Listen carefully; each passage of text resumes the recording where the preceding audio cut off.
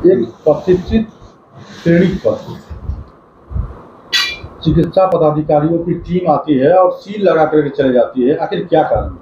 देखिए, इसके पीछे आप लोग सुने होंगे कि उस हॉस्पिटल में एक बच्चे की डेथ हो गई, तो बहुत मीडिया या बहुत प्रगति में हम सुने हैं कि हॉस्पिटल सील उसके तहत हुई, जबकि बिहार सरकार की स्वास्थ्य विभाग के आदेश है, जो आदेश हर एक डिस्ट्रिक्ट को, हर एक सिविल सर्जन को मिली हुई है कि आप अपने अपने क्षेत्रीय ब्लॉक में जो प्रभारी हो या जो अनुमंडल अस्पताल के अधीक्षक हो, उनकी निगरानी में जितने वैध अवैध क्लिनिक है जिसके पास सर्टिफिकेट नहीं है और ऐसे क्लिनिक चल रही, उस बीच में जांच पड़ताल में हम लोग नहीं थे। हमारा मकान अभी जो बिल्डिंग जो निर्माण अधीन में चल रहा है, जिसका कि आपको मेरे क्लिनिक में सारा चीज लगा हुआ है, और मैं अभी प्रोसेस में था कि जैसे फायर की सर्टिफिकेट लेना है,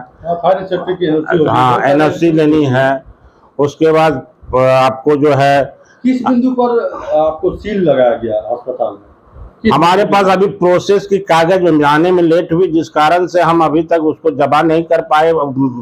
बिहार में बिहार क्रिमिनल स्टेटमेंट एक्ट की कागज नहीं ले पाए और इसकी छानबीन की गई, जो खोजा गया। हम उस समय नहीं थे, हमारे परिवार काज करवा रही थी, उस समय पेशेंट नहीं था, और ये लोग आए, दिखा कि कागज दिखाइए, रिसीविंग दिखाइए, नहीं था। आपके यहाँ आईसीयू की सुविधा थी जिनका आपके पास वैध लाइसेंस नहीं पाया गया, हमारे पास की मृत्यु हुई, इसके बारे में क्या कहना है? देखिए, हमारे यहाँ आईसीयू की सुविधा पहले जो आज बोर्ड पर देख रहे हैं, ये हम 2018 में जब चला रहे थे, 2016 से 14 से 18 तक, तभी का लगा हुआ। अभी हमारा अभी फुल फ्लेजेड बनने की हम जो विधि व्यवस्था उसके अंदर में थे। हम तो अप्रैल में खोले, अभी हम उसको जो है कि सारी प्रक्रिया में लगे हुए थे। इसी बीच जो पेशेंट जो आप जो जिसके बारे में बोल रहे कि आपकी क्लिनिक में मृत्यु हुई, भंगी का पेशेंट, वो बच्चे या बच्चे थे हमारा, हाँ उसकी जवाब मैं दूंगा। पहले तो आप जो क्वेश्चन किए उसकी जवाब ले लीजिए। वो भूतपूर्व में हमारे यहाँ उसका रिलेटिव आता था, वो जानता था कि डॉक्टर साहब यहाँ आए हुए हैं फारिग, एक बार हम उनको दिखा लेते हैं। पेशेंट की स्थिति बहुत नाजुक थी, बेहोश थी, उल्टी हो रहा था, अनकॉन्शियस थे। यानी 2018 के पहले हम यहाँ बहुत इमरजेंसी इलाज किए थे, तो जिस कारण से वो आया हमसे दिखाने, हमने देख के उनको सबसे पहला हम कहे कि ये पेशेंट बहुत सीरियस है, बाहर जाना है, और उसको मैंने सबसे पहला रेफर लिखा। वो आप देख सकते हैं मेरा कागजात में, उसके वो कागजात हमको प्राप्त हुआ है। हाँ, उसके बाद पेशेंट अटेंडेंट और उनके परिजन की बड़ी खुशामदी के बाद as humanity, as a doctor, as a क्या कहिए, जिस कारण हम डॉक्टर बने हैं, उसकी स्थिति को देखते हुए, उनकी रिक्वेस्ट को देखते हुए हमने दवाई लिखी, और हमने उसको ये भी कहा कि मैं यहाँ हूँ नहीं, मैं मुझे जाना है ड्यूटी, मेरी असाइनमेंट समाप्त हो गई, हम 2 दिन खातिर आते हैं, कल से नहीं रहेंगे, हम इतना दवाई देते हैं, आप लोग निकल जाइएगा दूसरे हॉस्पिटल में, आप पीएमसीएच नहीं जा सकते तो पूर्णिया तक भी जा जाइएगा। लेकिन हमारे जाने के बाद स्टाफ लोग से बार बार हम फोन किए कि गया जी, नहीं सर पैसा की व्यवस्था नहीं हुआ इसलिए नहीं गया। और दूसरे दिन जो 8 साढ़े 8 बजे हमें फ़ोन होती है कि सर पेशेंट का सीरियस खराब है, तो हमारे यहाँ 2 डॉक्टर जाते हैं जो ऑन कॉल, जो कोई पेशेंट आ गया है, सर्विस में बहुत सारे डॉक्टर्स होते हैं, हाँ, तो वो जाके देखे तो सही में कंडीशन खराब थी, वो लोगों को बोला गया, तब तक में एम्बुलेंस भी वो लोग मंगा लिए।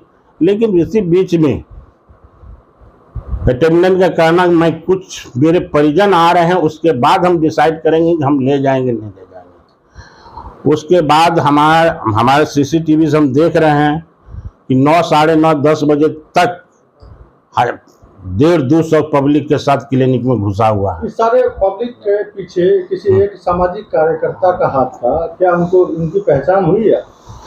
उनकी पहचान तो हम तो नहीं जानते वो बंधु कौन है, लेकिन हमारे क्लिनिक के जो स्टाफ है, जो भी वहाँ थे, उन्होंने बताया वो रहमत अली हैं, जो भंगी कहाँ के रहने वाले हैं हम भी नहीं जानते हैं। उसके बाद एक तौहीद आलम, कोईडाला में एक सरपंच है। सरपंच है, हाँ हाँ, आप सुनते जाइए। उसके बाद एक जमील जी हैं कोई डुमरिया की, जमील अख्तर, हाँ। जमील अख्तर। ये 3 आमुख आदमी हमसे कंपाउंडर से कहा था यहाँ के मालिक से बात करा, मालिक कहाँ है? तो इन्होंने हमसे बात कराया, हमने उनकी सारी वस्तु स्थिति समझाए, तो वो उसके बाद कहता है ठीक है सर, आपने क्यों नहीं भेजा? हम कहिए क्यों नहीं भेजा?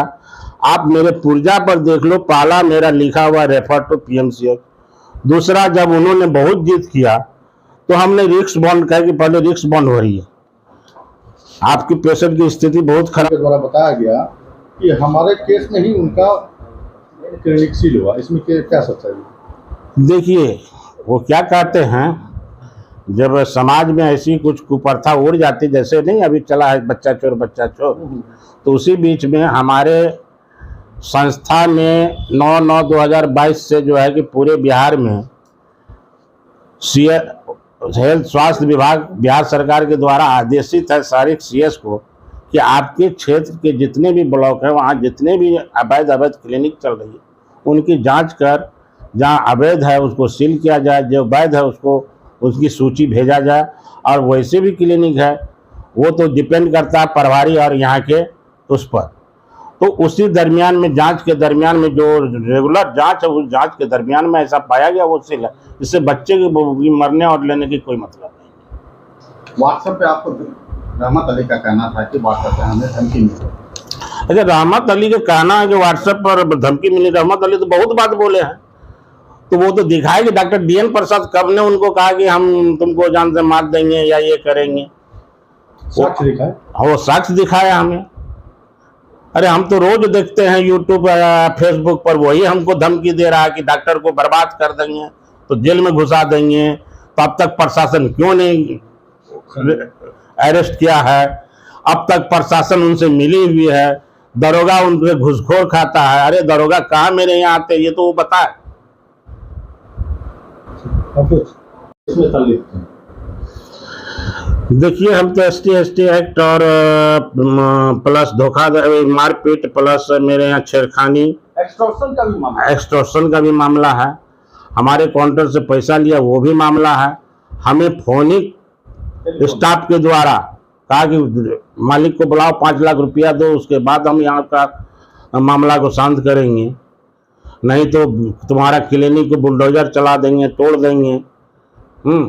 काफ़ी स्टाफ लोग डर से सहमे हुए हम लोग को फ़ोन किया। हम लोग भागे 18 तारीख को आए। उसके बाद मैंने 20 तारीख को सारा बयान यहाँ का लिया। उसके बाद मैंने 20 और 21 तारीख को मैंने इस पर ST एक्ट और सब केस डाला। क्या लगता है न्यायालय से न्याय मिलेगा? क्यों नहीं न्याय मिलेगा? अगर न्याय सरकार नहीं देगी तो फिर हम लोग रोड पर उतरेंगे। कलमबद्ध हड़ताल की ओर आप लोग जा सकते हैं अगर न्याय नहीं मिलेगा। हाँ, तो नहीं न्याय मिलेगा जब आरोप ही नहीं है। इस तरह के आरोप पूरे देश में, पूरे, आपको पता है कुछ दिन पहले एक डॉक्टरनी पर लगाया गया आरोप जो बेबुनियाद और बेनिराधार था और उससे एक्सटॉर्शन किया गया, वो उसकी मौत हो गई और उनके जो है उनसे 50 लाख रुपया की मांग की गई। जब खुलासा हुआ तो पता चला कि ऐसे ऐसे कुप्रथित समाज के लोग डॉक्टर को दोहन करते हैं। आरोपों को आपका अस्पताल जन्म दिया है, तो क्या ये आरोप में कितनी सत्ता है? देखिए, जो आरोप हम पे, एक प्रतिष्ठित डॉक्टर, हम तो ये समाज में, यही मेरा जन्म है, यही कर्म है, यही भूमि है। मैं यहीं से पढ़ा लिखा हूँ, दुर्दिनी हाई स्कूल से, और यही कॉलेज से इंटर किया हूँ। उसके बाद MBBS का डिग्री लेके यहाँ भी मैं प्रैक्टिस किया, पटना में भी प्रैक्टिस किया। और ये हमें जलसाजी के तहत, धड़ा धमका के पैसा वसूलने के तहत ये जो है कि हमें बदनाम किया है, किडनी चोरी, ताकि डॉक्टर डर के हमें कुछ लाख, 2 लाख, 5 लाख रुपया हमें दे, ताकि हम उनकी।